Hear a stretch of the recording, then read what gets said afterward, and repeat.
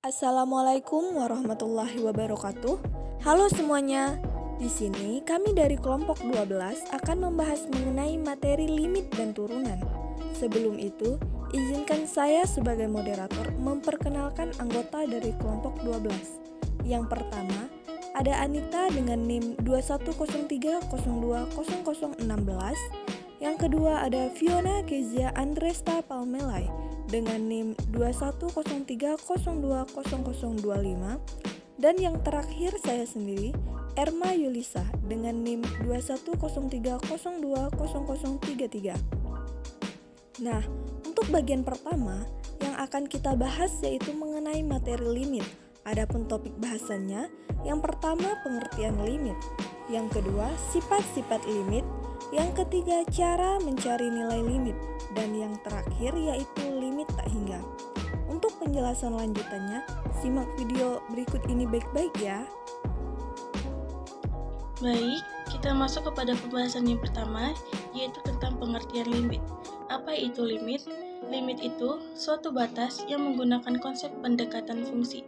Jadi, bisa dibilang limit adalah nilai yang didekati oleh fungsi saat suatu titik mendekati nilai tertentu.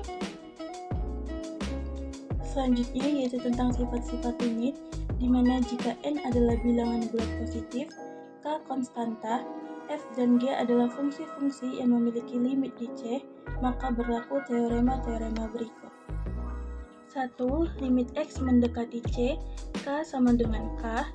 2. Limit x mendekati C, x sama dengan C. 3. Limit x mendekati C, dalam kurung kfx sama dengan k dalam kurung limit x mendekati C, fx tutup kurung. 4.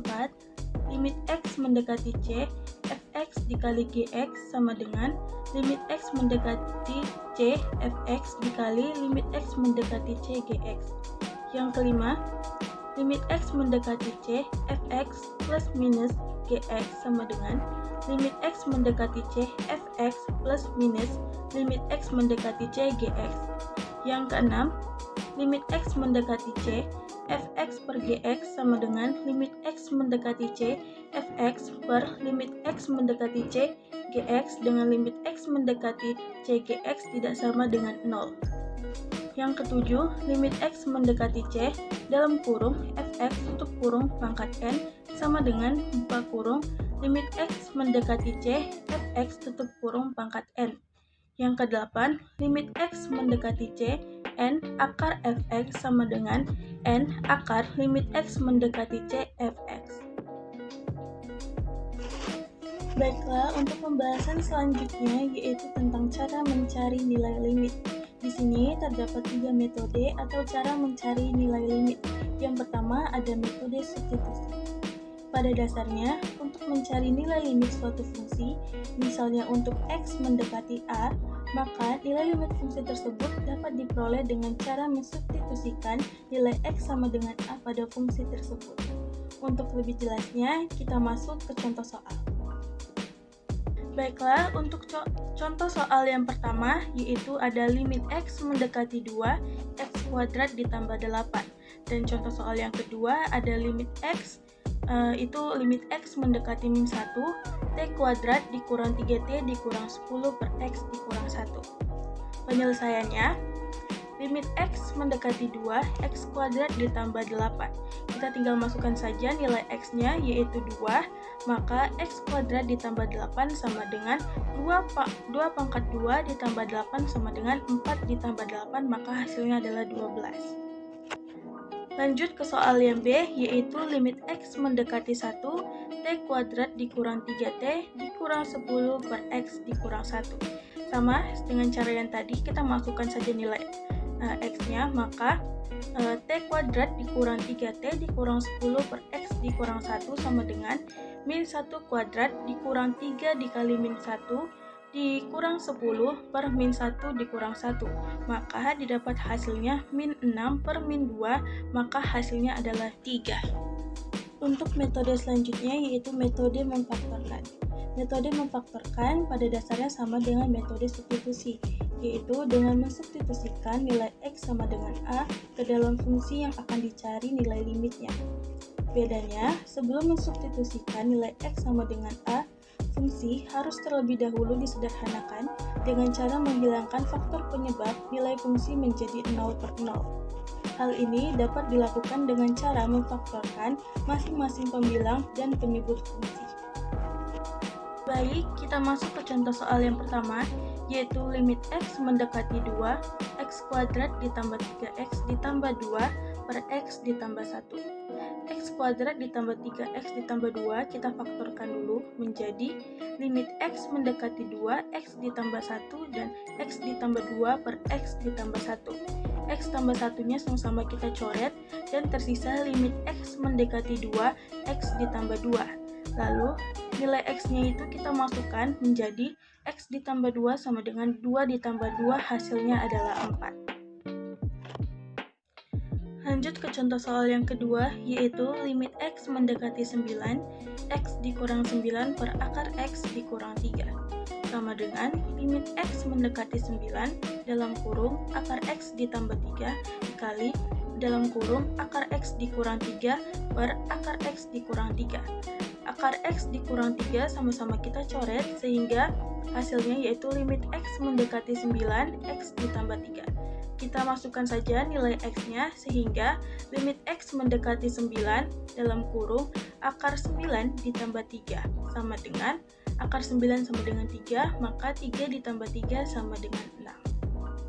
Selanjutnya saya akan melakukan materi tentang cara mencari nilai limit. Metode yang selanjutnya adalah metode mengalihkan dengan vektor sekawan. Metode ini umumnya digunakan untuk menentukan limit fungsi yang bentuk angka. Sama seperti metode lainnya, metode ini digunakan jika hasil dari suatu fungsi menunjukkan nilai tertentu, tak hingga, tak hingga, atau 0. Metode ini bertujuan untuk mengubah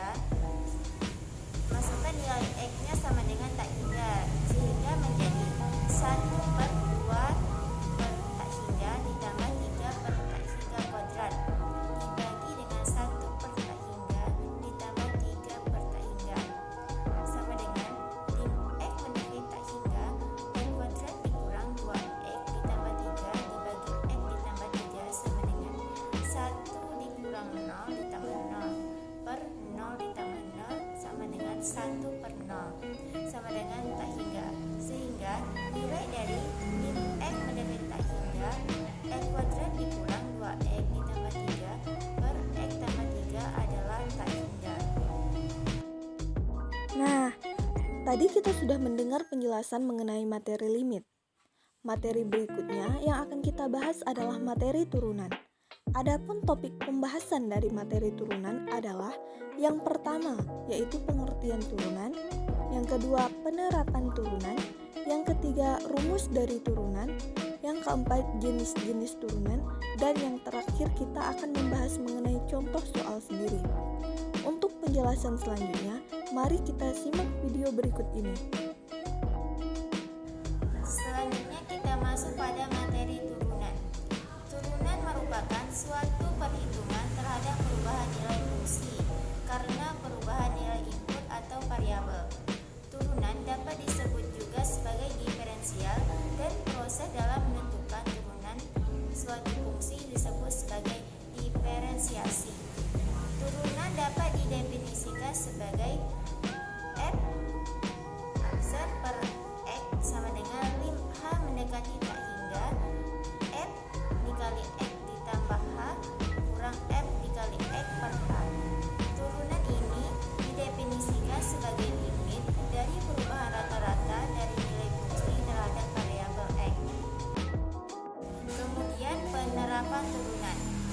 Ada beberapa penerapan turunan. Pertama, turunan dapat diterapkan untuk menghitung gradien dari simbol suatu kurva. Kedua, turunan dapat digunakan untuk menentukan interval di mana suatu fungsi naik atau turun. Ketiga, turunan dapat diterapkan untuk menentukan nilai stasioner suatu fungsi. Keempat, turunan dapat diterapkan dalam menyelesaikan permasalahan yang berkaitan dengan persamaan gerak. Kelima atau terakhir, turunan dapat digunakan untuk menyelesaikan permasalahan maksimum atau minimum. Selanjutnya ada rumus turunan. Ada beberapa rumus dasar untuk menentukan turunan. Pertama, ada fx sama dengan c. Dengan c merupakan konstanta, turunan dari fungsi tersebut adalah f aksen x sama dengan 0. Kedua, fx sama dengan x. Turunan dari fungsi tersebut adalah f aksen sama dengan 1. Ketiga, fx sama dengan axn. Turunan dari fungsi tersebut adalah f aksen x sama dengan an xn dikurang 1. Keempat, ada penjumlahan fungsi. Hx sama dengan fx ditambah gx. Turunan dari fungsi tersebut yaitu h aksen x ditambah f aksen x ditambah g aksen x. Kelima, pengurangan fungsi. Hx sama dengan fx dikurang gx. Turunan dari fungsi ini adalah h aksen x sama dengan f aksen x dikurang g aksen x. Terakhir ada perkalian konstanta dengan suatu fungsi kf dikali x. Turunan fungsi tersebut adalah k dikali f aksen x. Baiklah, di sini saya akan lanjut membahas mengenai jenis-jenis turunan. Yang pertama adalah turunan fungsi. Misalkan terdapat suatu fungsi fx sama dengan a dikali x pangkat n, maka turunan dari fungsi tersebut adalah f aksen x sama dengan a dikali n dikali dengan x pangkat n dikurang 1. Contohnya yaitu, jika terdapat sebuah fungsi fx sama dengan 4x pangkat 3, maka turunannya adalah f aksen x sama dengan 4 dikali 3 dikali dengan x pangkat 3 dikurang 1 sama dengan 12x pangkat 2. Yang kedua adalah turunan fungsi aljabar. Turunan fungsi aljabar terbagi menjadi dua, yaitu dalam bentuk perkalian dan juga pembagian. Yang pertama yaitu turunan fungsi aljabar dalam bentuk perkalian. Misalkan terdapat perkalian fungsi hx sama dengan ux dikali vx. Turunan dari fungsi tersebut yaitu h aksen x sama dengan u aksen x dikali vx ditambah dengan ux dikali v aksen x. Yang kedua yaitu turunan fungsi aljabar dalam bentuk pembagian. Misalkan, terdapat pembagian fungsi hx sama dengan ux per vx. Turunan dari fungsi tersebut adalah h aksen x sama dengan u aksen x dikali vx dikurang ux dikali v aksen x per v kuadrat x. Yang ketiga adalah turunan akar. Misalkan terdapat suatu fungsi akar fx sama dengan x pangkat a akar dari b. Untuk menentukan turunan dari fungsi tersebut, terlebih dahulu kita ubah ke dalam bentuk fungsi perpangkatan, yaitu fx sama dengan x pangkat a per b. Turunan dari fungsi tersebut adalah f aksen x sama dengan a per b dikali dengan x pangkat a per b dikurang 1. Selanjutnya adalah turunan parsial. Misalkan terdapat suatu fungsi f x, y sama dengan 2xy. Turunan parsial dari fungsi tersebut adalah apabila digunakan variabel x, maka fx aksen dalam kurung x, y sama dengan 2y.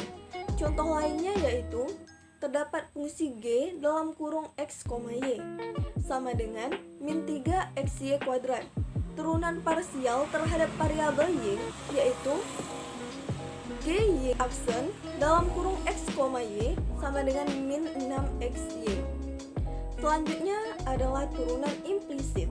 Turunan implisit ditentukan berdasarkan variabel yang terdapat dalam fungsi. Yang pertama yaitu suatu fungsi dengan variabel x, turunannya adalah x d per dx. Yang kedua adalah suatu fungsi variabel y, turunannya adalah y d per dy dikali dengan dy per dx. Yang ketiga, suatu fungsi dengan variabel x dan y, turunannya adalah xy d per dx ditambah xy d per dy dikali dengan dy per dx. Selanjutnya adalah turunan trigonometri.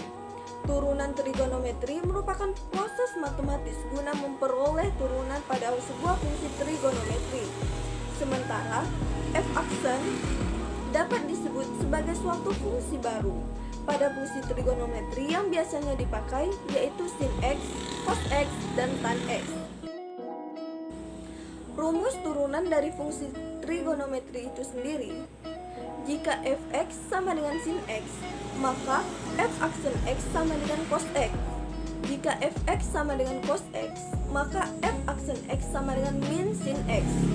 Jika fx sama dengan tan x, maka f aksen x sama dengan secant kuadrat x.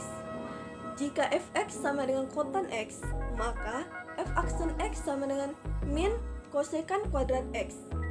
Jika fx sama dengan secant x, maka f aksen x sama dengan secant x dikali dengan tan x.